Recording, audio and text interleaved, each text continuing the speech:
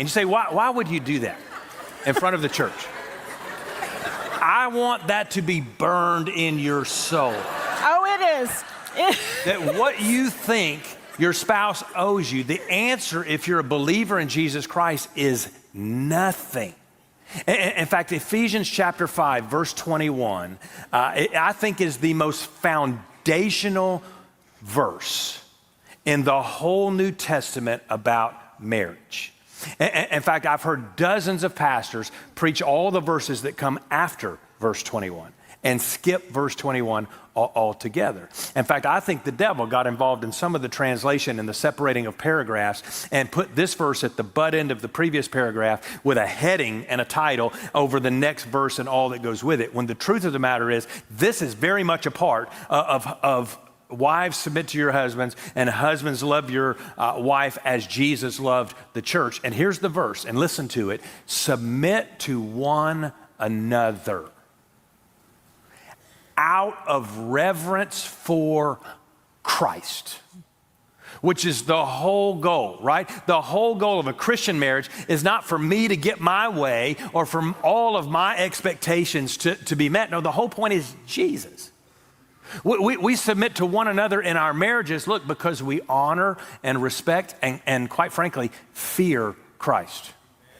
And that word in the Greek is phobos, which means that I'm so in awe of Christ that he has all of me. Mm-hmm. And that includes all of how I behave in my life. And that certainly includes how we treat one another in our marriage, right? And so that brings me to the third illustration, which is quite honestly where the rubber meets the road. So we're going to stay at the table. Say that, church.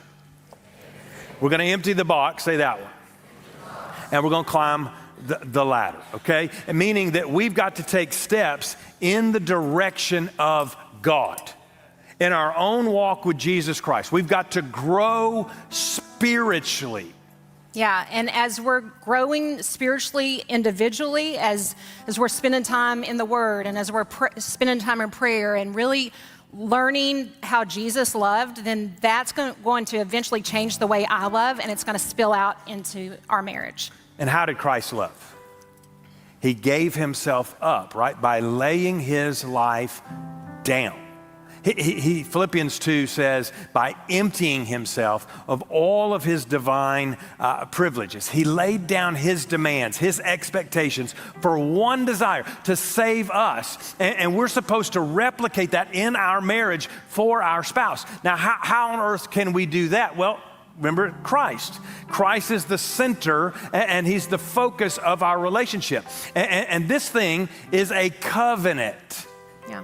And I've heard well-meaning pastors talk about marriage as not a contract, as a covenant, and they indicate that it's a covenant you make with your spouse. And I just want to tell you that's not accurate in the Hebrew and the Middle Eastern culture. A covenant has a greater party and a lesser party.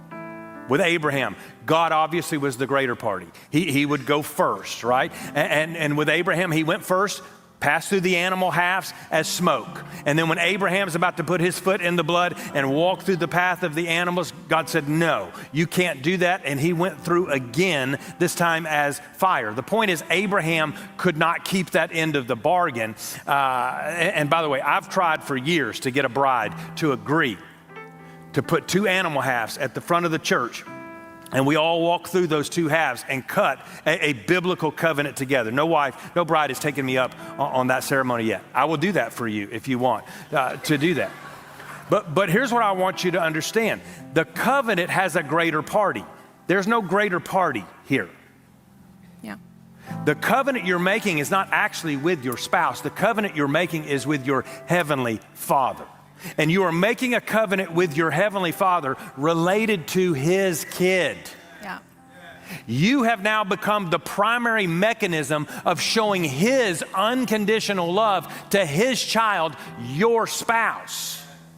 And in your marriage, if you really walk with God, it will reflect in your marriage. You put him first in every area of your life. And if God's at the top of this thing, there's a husband on one side, a spouse on the one side, on the other side, what happens is as each of you get closer to God, do you see what's happening?